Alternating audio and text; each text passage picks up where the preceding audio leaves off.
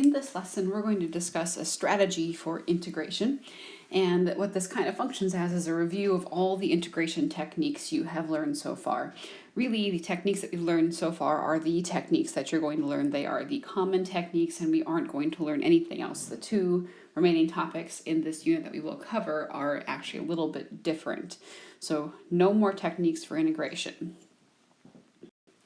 Here is the list of techniques that you should know so far.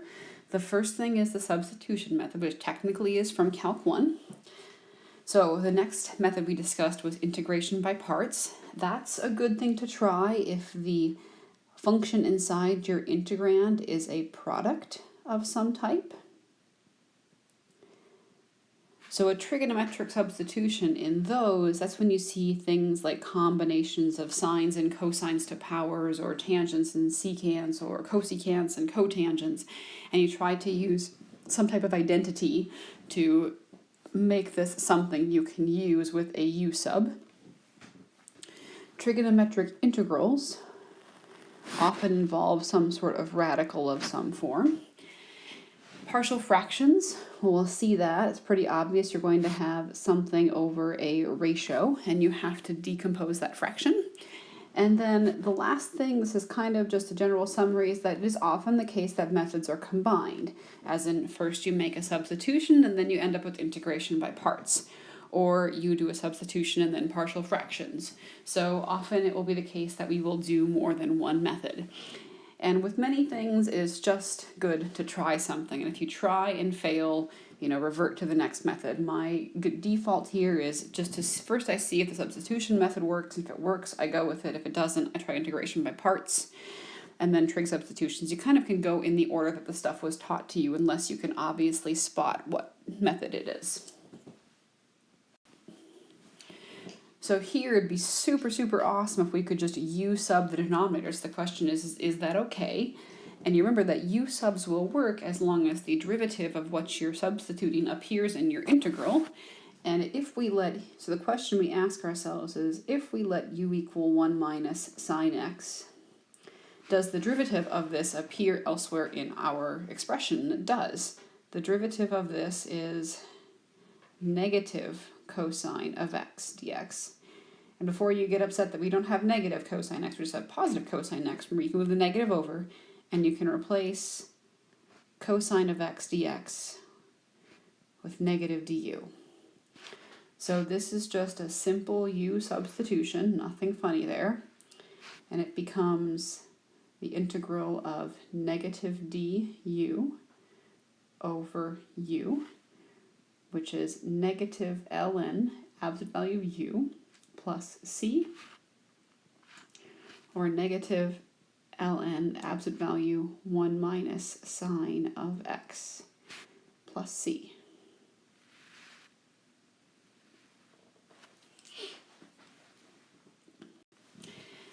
Generally speaking, u substitutions are actually pretty simple. Don't pick u to be something overly complicated. Just pick u to be the thing that's inside of something else. So inside of a denominator, inside of a function. If the function is exponential, that means they pick the u to be the thing inside the exponent. And just try and see if that works. So if we let u equal root t, or t to the 1/2, du is 1/2 t to the negative 1/2 dt, which is the same thing as 1 over 2 root t dt. And we have dt over root t, so we just need to get rid of that 2, which we can do by multiplying both sides by 2. 2 du equals 1 over root t dt. And because we have a definite integral, we do also need to change our bounds. That's not very hard, so let's do it. If t equals 1, this implies that u is the square root of 1, or 1. And if t equals 4, this implies that u is the square root of 4, or 2. And the nice thing about changing your bounds is you do not have to go back to the original variable. So this becomes 2 the integral from 1 to 2 e to the u du. Look at how nice that's simplified. Okay, and the antiderivative of e to the u is e to the u. So you get 2e squared minus 2e, and let's just take out the greatest common factor because we are on such a roll. You have 2e times e minus 1.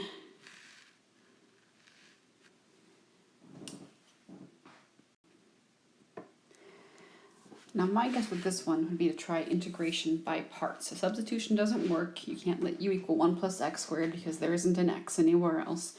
So remember that the integration by parts formula says that the integral of u dv is equal to uv minus integral of v du.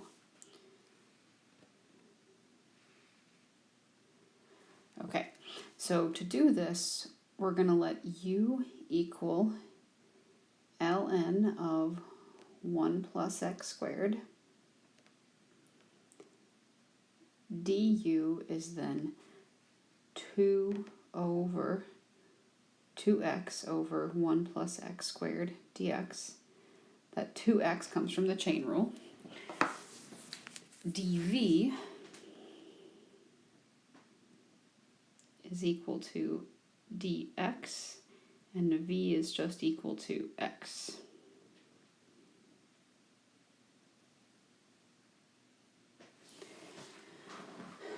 So this will equal uv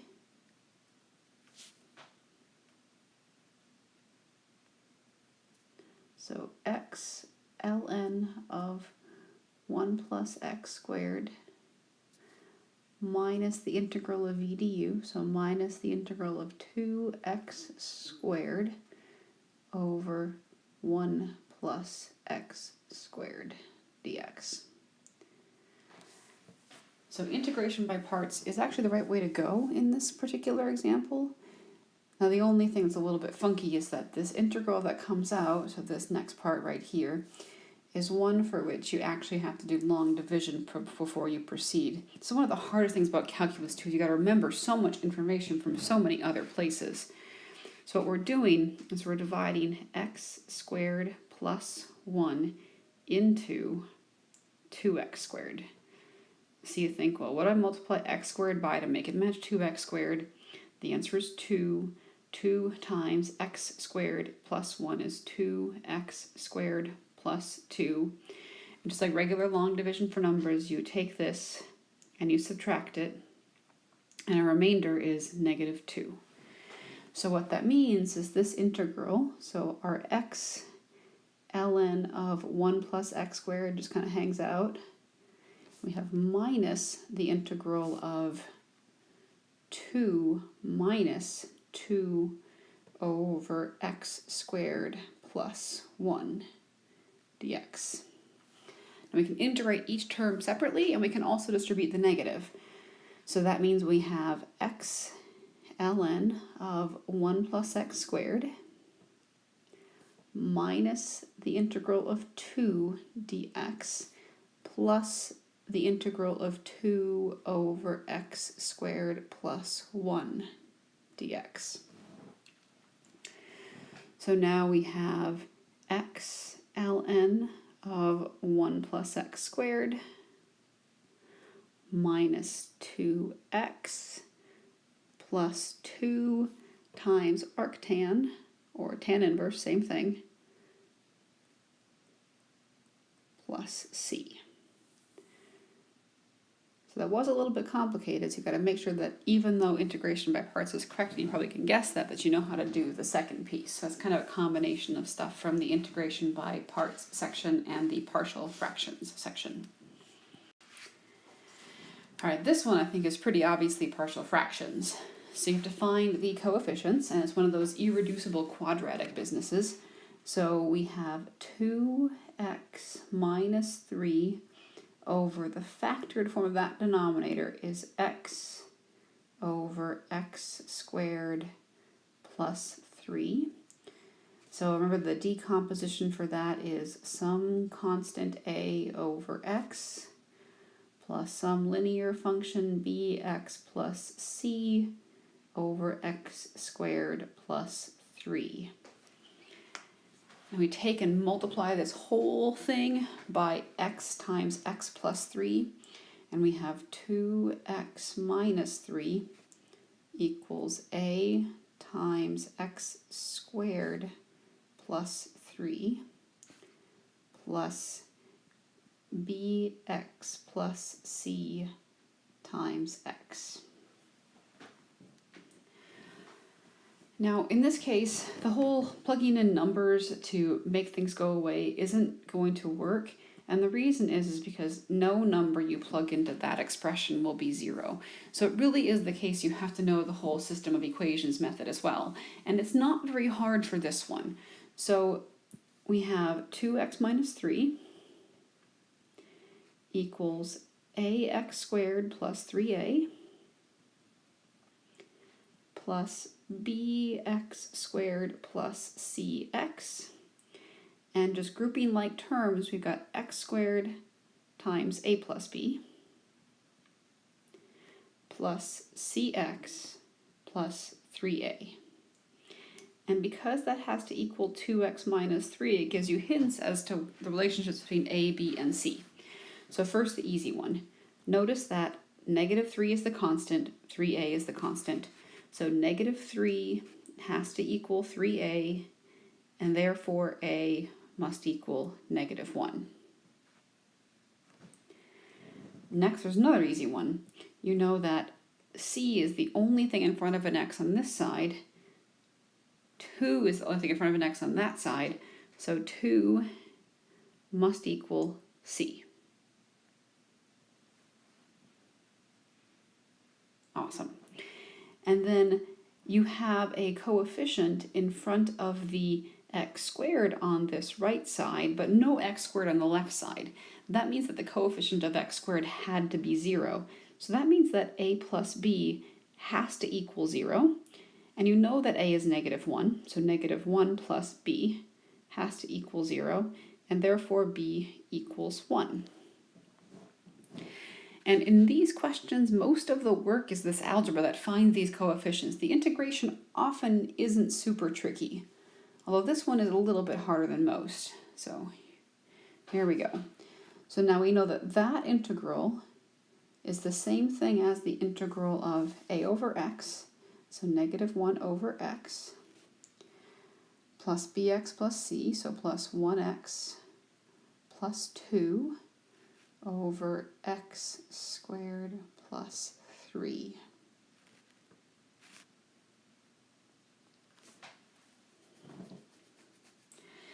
And we deal with this second thing by breaking it up into two pieces, and here's what I mean. We have the integral of negative 1 over x, and you can all do that one, plus x over x squared plus 3, plus 2 over x squared plus 3. And we integrate term by term. Now the first term is really, really easy. That's negative ln absolute value of x. The second term, if you can reverse engineer it, also isn't that hard. It's also ln, and it's going to be 1/2 ln absolute value x squared plus 3. And if you'd like to, if you need to, for that middle one, you can do a u sub and let u equal x squared plus 3 to verify for yourself that that is indeed what comes out. And the last one is an example of an arctan formula. So remember that arctan formula, the a that you use is the square root of the constant. So here we're actually going to have square root 3. So we have 2 over root 3 tan inverse x over root 3, and then plus c. So I can move over so I can fit it in, plus c. Here we go.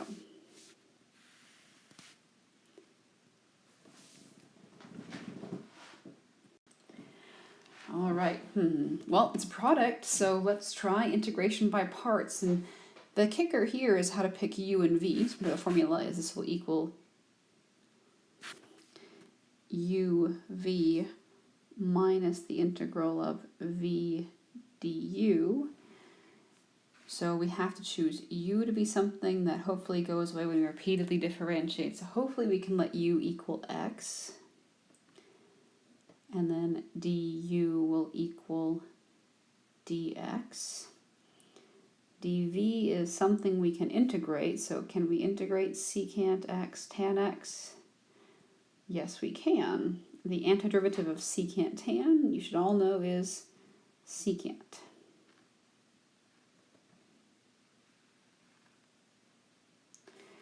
All right, so this will equal x secant x minus the integral of secant x dx. Just that funky integral that keeps coming up again. And we have x secant of x minus ln absolute value secant x plus tan x, and then plus c.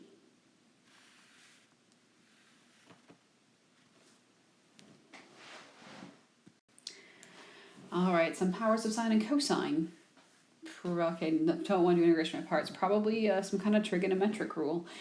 So the kicker is do you want to use the half angles or do you want to use the Pythagoreans? And I can tell right off the bat, because this is an odd power, I want to use the Pythagoreans because I can save one cosine to be my du and I can sub for sine.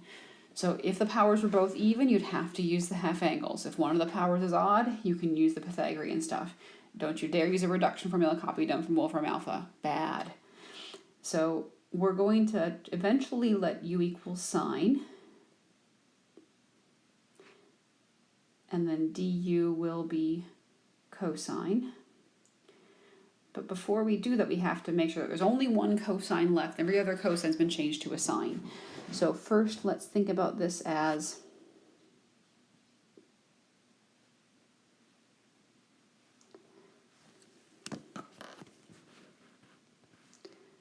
the integral of sine to the fourth t times cosine to the fourth t times cosine t dt. Once the power on the cosine is even, you can use the Pythagorean identities to change that into sines. So cosine to the fourth is cosine squared, and cosine squared is 1 minus sine squared. So this becomes the integral of sine to the fourth t times 1 minus sine squared of t, the quantity squared.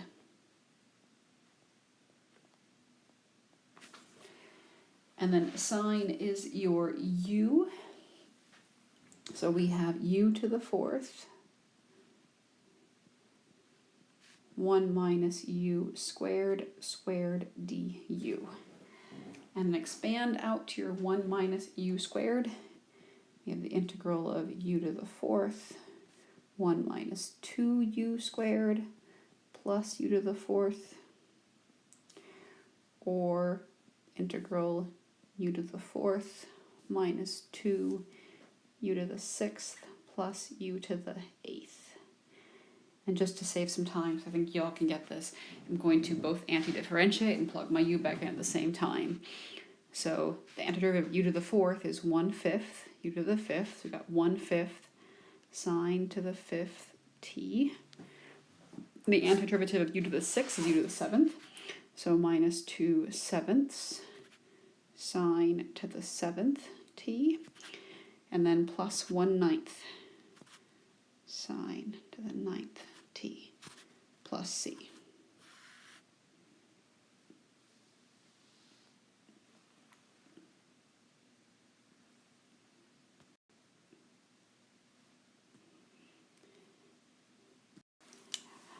Now we haven't had a trig substitution yet, so it looks like we're about due for one of those, and at this point in time I've succeeded in making one that you cannot do a u substitution with. So it's also not a very hard one, so we're going to we have 1 minus x squared, so we're going to let x equal 1 sine of theta, and remember that dx is then cosine theta d theta. And actually in this instance, the definiteness of the integral makes it a little bit simpler. So if x equals 0, we're figuring out where does 0 equal sine of theta. So our theta at that point is 0. So our lower bound should be 0. Next we have x equals root 2 over 2. So we're looking for when does root 2 over 2 equal sine of theta. So at which angle does this occur? And this occurs at theta equals pi quarters. All right, so that's all the stuff we're gonna have to plug in. Let's go ahead and do it. So this is the integral from 0 to pi quarters.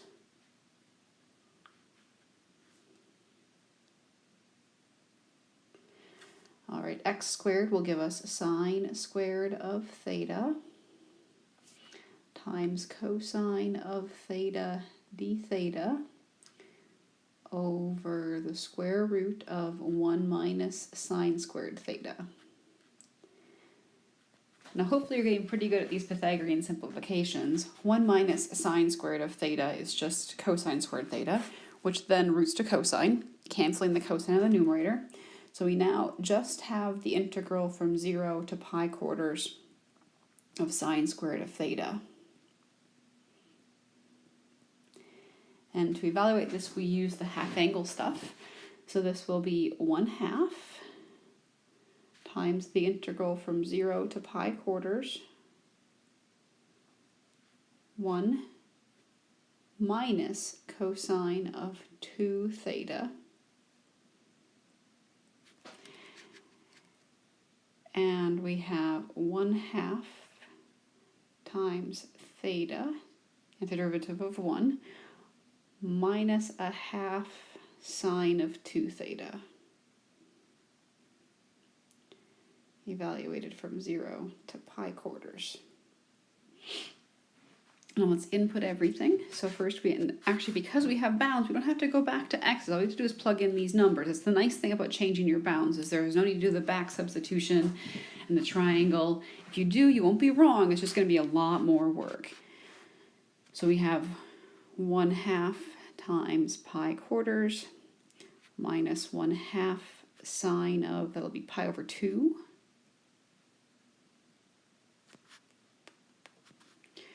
Minus 1/2 times 0 minus sine of 0.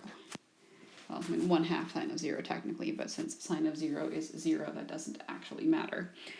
So this is the same thing as 1/2 times pi quarters, and sine of pi halves is 1. So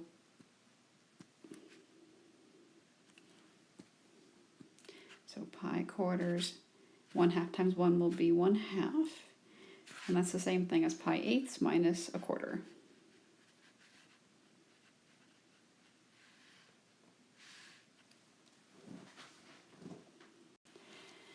All right, another definite integral, and it appears as if it's a trigonometric integral, but actually no manipulation is necessary. It's really just a substitution, because if you let u equal tangent, the derivative of tangent is secant squared. So while it's technically trig function, you don't have to actually do any changing with Pythagorean identities. So we could let u equal tan theta, and that really is the way to go here. du is secant squared theta d theta.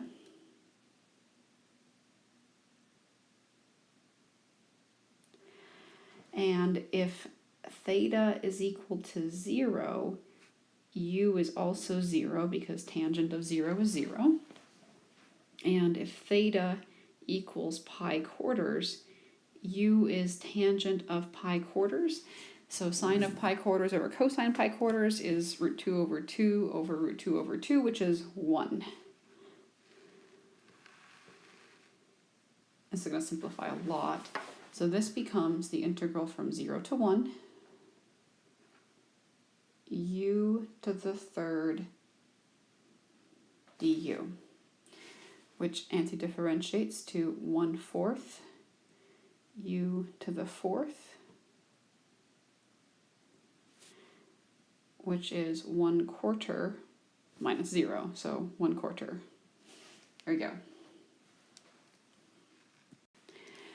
All right, when I initially saw this one, I kind of freaked out because I thought, oh my gosh, they're going to do integration by parts 5 times because of the x to the 5th. And I realized that, oh no, first you do a substitution and then you integrate by parts, and that makes it significantly easier. And as in really doing integration by parts the other way really doesn't work. So you have to really do substitution. I guess if you're clever, you can manipulate the integrand properly, but it's easier for most people to see substitution. And because the integration by parts formula involves u's and v's, let's pick a different letter for our substitution. My default choice is w. So I'm going to let w equal x to the 3rd. And then dw is 3x squared dx. We have a 3, so we can at least divide that 3 over. So 1/3 dw equals x squared dx. Okay, awesome. And now here's how that's helpful. This x to the 5th can be broken into x cubed times x squared. And then you've got e to the x cubed dx. So that first x cubed gets replaced by w. The x squared and the dx get replaced by 1/3 dw. And the e to the x cubed is just e to the w. And after that substitution, this reduces to a pretty easy integration by parts thing. So remember that the integration by parts formula says this will be equal to uv minus integral of v du. So it'll be 1/3. I'll just say uv minus integral v du. I put the parentheses there just because that 1/3 will have to distribute. So u will equal w, du is dw, dv will equal e to the w, dw, and v is just equal to e to the w. Okay, so this is 1/3 times w e to the w minus the integral of e to the w dw plus, oh, not plus c yet, plus. So we'll have 1/3 w e to the w minus 1/3 e to the w, now plus c. And your final step is to insert your w. So 1/3 x cubed e to the x cubed minus 1/3 e to the x cubed plus c.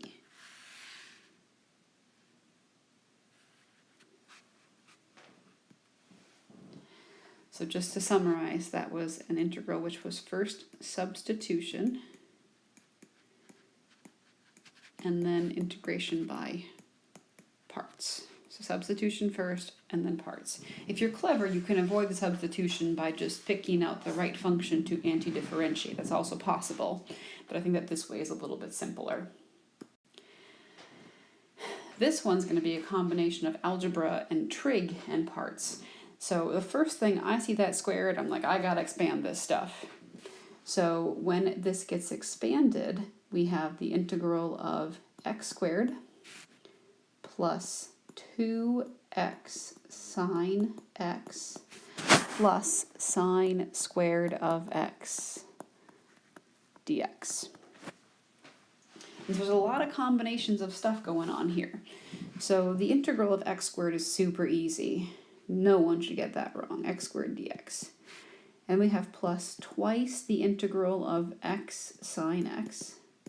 So that's pretty obviously a integration by parts problem. And then plus the integral of sine squared x dx. And that one is a half angle identity type thing. So just in the bottom left corner, I'm going to write down the integration by parts steps for this guy. So u is equal to x, du will be dx, dv is sine x dx, and the antiderivative of sine is negative cosine.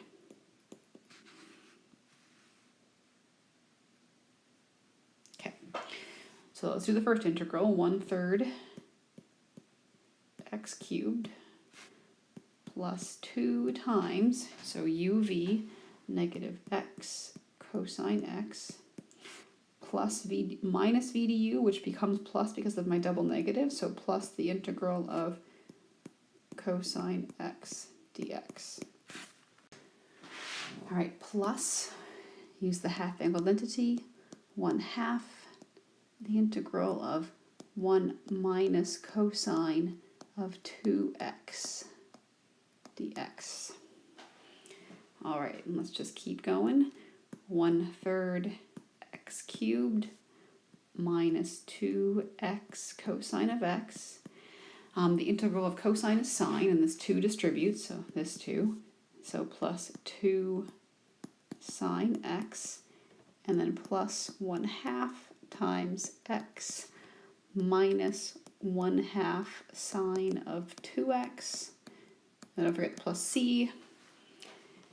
And so our final answer, let's just distribute that 1/2, is 1/3 x cubed minus 2x cosine of x plus 2 sine x plus 1/2 x minus 1/4 sine of 2x plus c.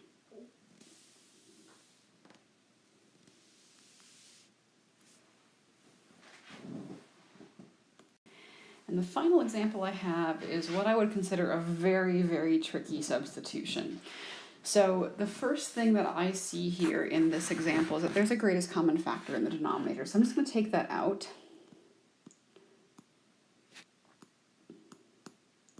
So dx over root x, 1 plus x. And here is where the fact that I did every single integration problem, like I'm actually not joking, in my textbook when I was in Calculus 2 really pays off, because I've seen tons of examples.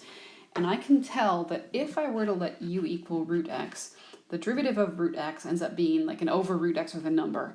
And so how you think about this is probably going to be arctan. So it's root x times 1 plus root x squared.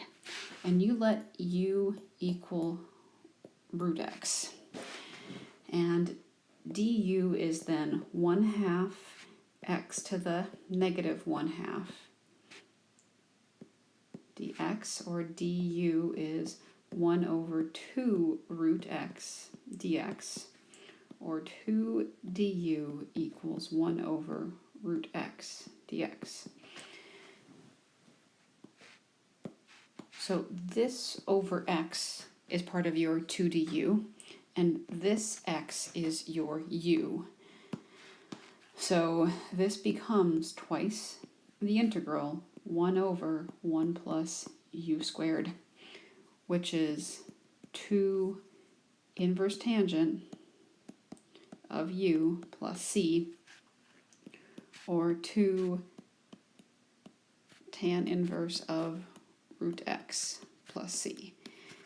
And that's where seeing like a student solutions manual or work solution online can be pretty helpful, because it can be pretty tricky to identify that that's what you have to do. That is a quite tricky substitution problem.